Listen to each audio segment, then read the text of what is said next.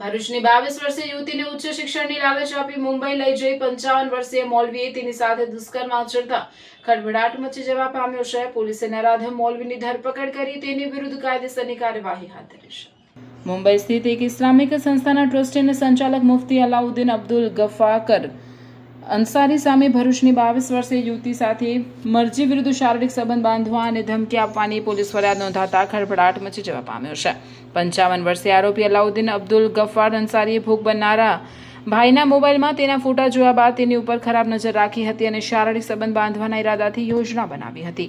આરોપ છે કે તેણે ભોગ બનનારના પરિવારનો વિશ્વાસ જીતવા માટે તેના પિતાને યુવતીના ધાર્મિક શિક્ષણ અને કોલેજના અભ્યાસનો ખર્ચ ઉઠાવવાની વાત કરી હતી.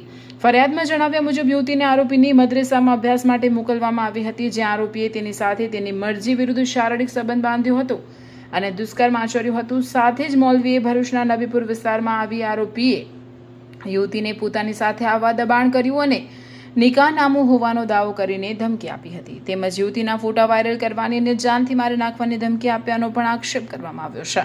સમગ્ર મામલે મહિલા પોલીસ મથકમાં ગુનો નોંધાતા પોલીસે આરોપીની ધરપકડ કરી કાયદેસરની કાર્યવાહી હાથ ધરી છે.